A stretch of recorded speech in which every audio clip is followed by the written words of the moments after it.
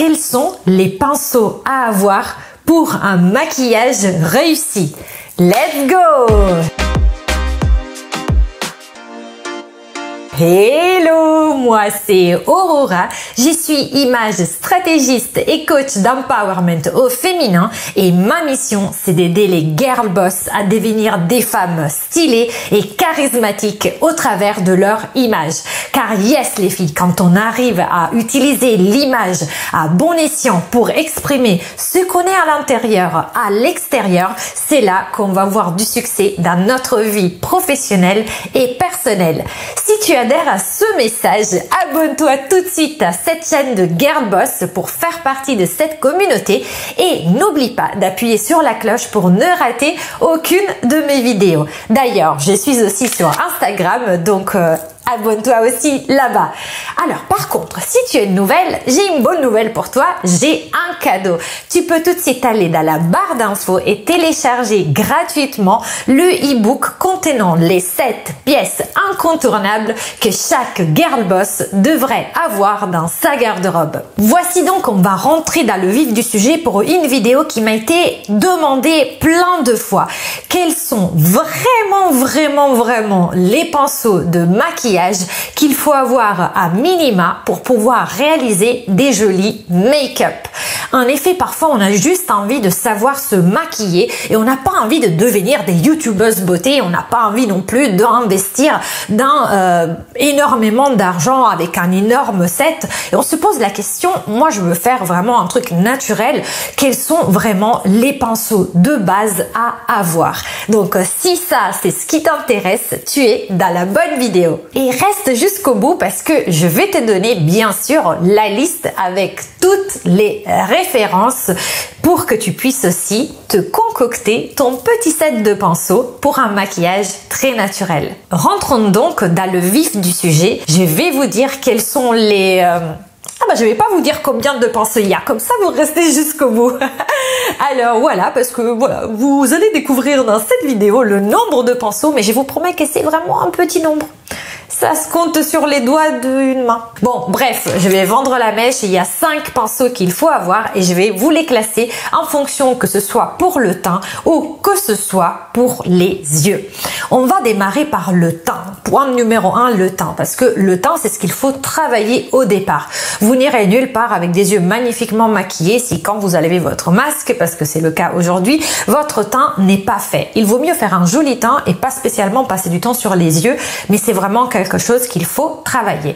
Alors, je n'utilise pas de pinceau pour appliquer de fond de teint parce que tout simplement, je trouve qu'on laisse quand même, il faut vraiment être très forte pour ne pas laisser, vous avez des traces, sauf si vous utilisez un make-up et un fond de teint très lourd comme le faux filter d'Huda Beauty. Alors là, oui, il y a un pinceau qui est vendu avec. Je vous conseille de l'avoir parce que ce fond de teint est tellement dense qu'autrement, ce n'est pas possible de l'appliquer. Mais autrement, pour n'importe quel autre fond de teint qui soit bien sûr d'une consistance liquide, je vous conseille de acquérir une Beauty Blender.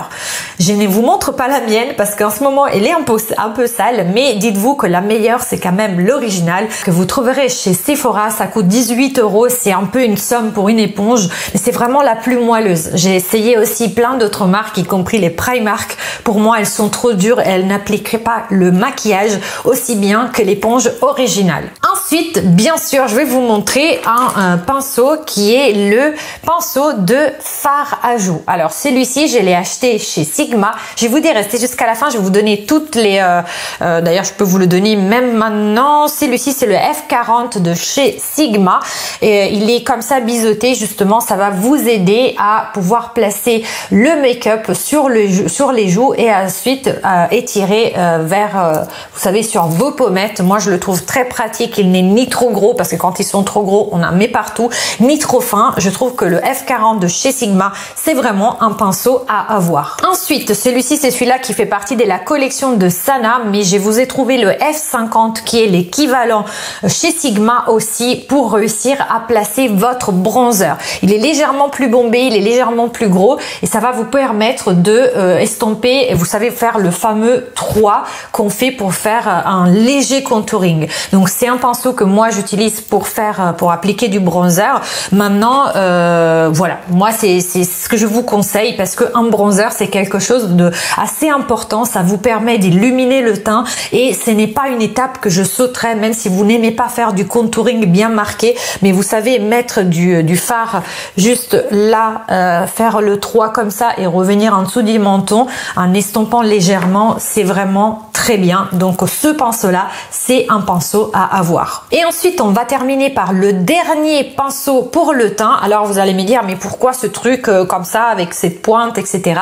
C'est le F86 de Sigma et pour moi il est génialissime pour mettre de la poudre libre, notamment de la poudre libre très légère que vous allez appliquer sur votre anti-cerne et vous allez donc appliquer avec ça. Vous savez, vous prenez votre poudre libre qui est donc libre et vous tapotez comme ça, vous en mettez comme ça, vous laissez sécher. En fait sécher, il faut pas non plus en mettre 3 tonnes, mais moi je le garde parce que ensuite je passe aux yeux, je maquille mes yeux et comme ça à la fin de mon maquillage des yeux, comme souvent les fards à paupières vont avoir des chutes, je vais tout simplement faire comme ça et ça va laisser vraiment ce côté lumineux et en plus ça va m'enlever toutes les chutes de maquillage. Donc moi je trouve que c'est génial pour pouvoir prélever la poudre libre, l'appliquer ici, la laisser poser et ensuite balayer après avoir fait les yeux.